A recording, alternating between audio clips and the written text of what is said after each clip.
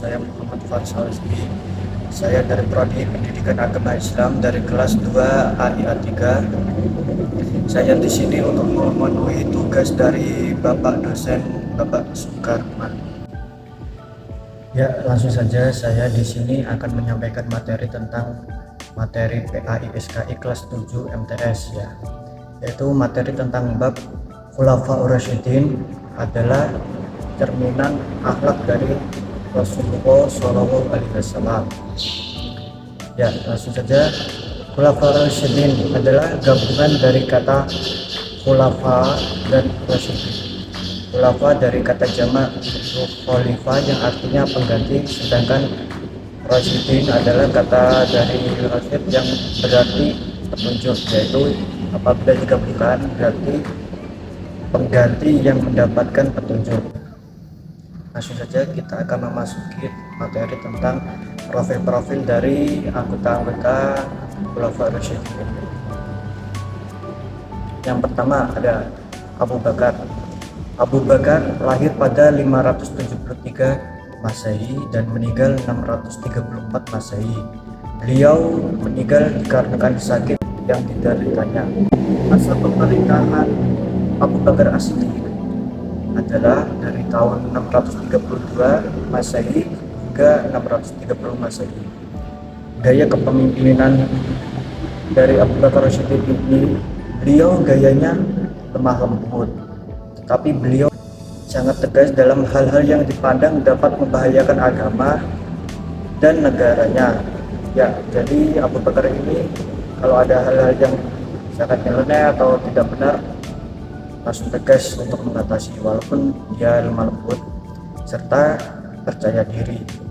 Untuk gaya kepemimpinannya dan prestasi-prestasi yang sudah dicapai dari Abu Bakar As-Siddiq ini adalah yang pertama ada memerangi kelompok yang membangkang kepadanya. Yang kedua ada kodifikasi Al-Quran.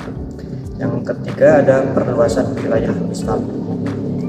Ya, selanjutnya ada dari Khalifah Umar bin Khattab.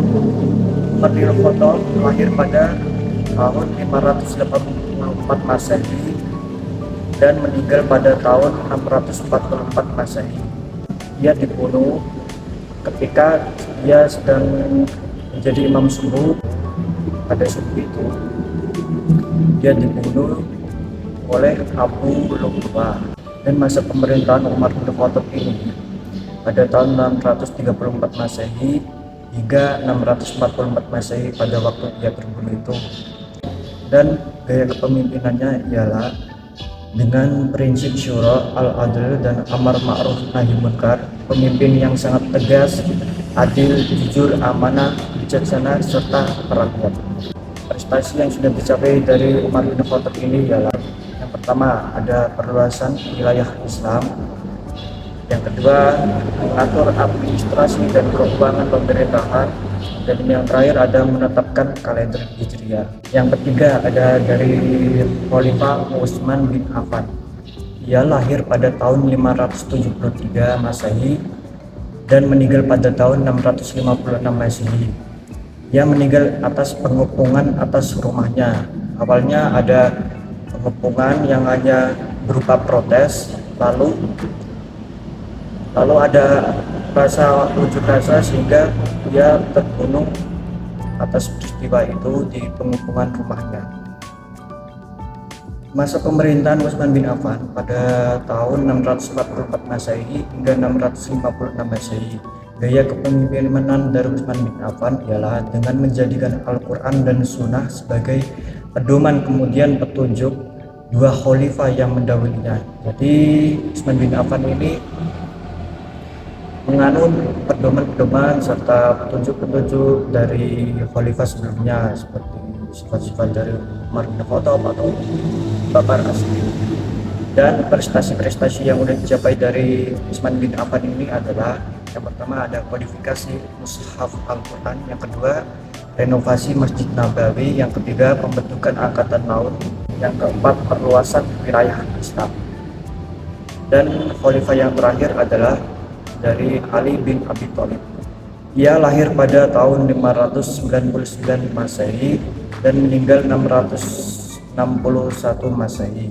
Ia meninggal karena luka-luka dari setelah 2 hari yang lalu ketika ia mendapat pukulan dari pedang Ibnu Majam, pedang yang beracun, sehingga dia mendapatkan luka-luka tersebut hingga meninggal.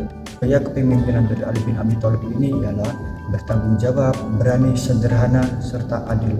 Dan masa pemerintahannya 656 Masehi hingga 661 Masehi waktu dia terbunuh.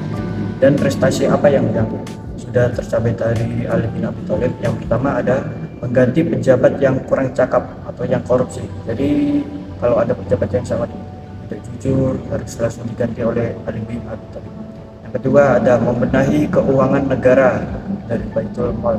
Yang ketiga memajukan bidang ilmu dalam bangsa. Yang keempat bidang pembangunan. Sekian dari saya, apabila ada kata atau pengucapan yang salah mohon dimaafkan. Sekian dari saya, wassalamualaikum warahmatullahi wabarakatuh.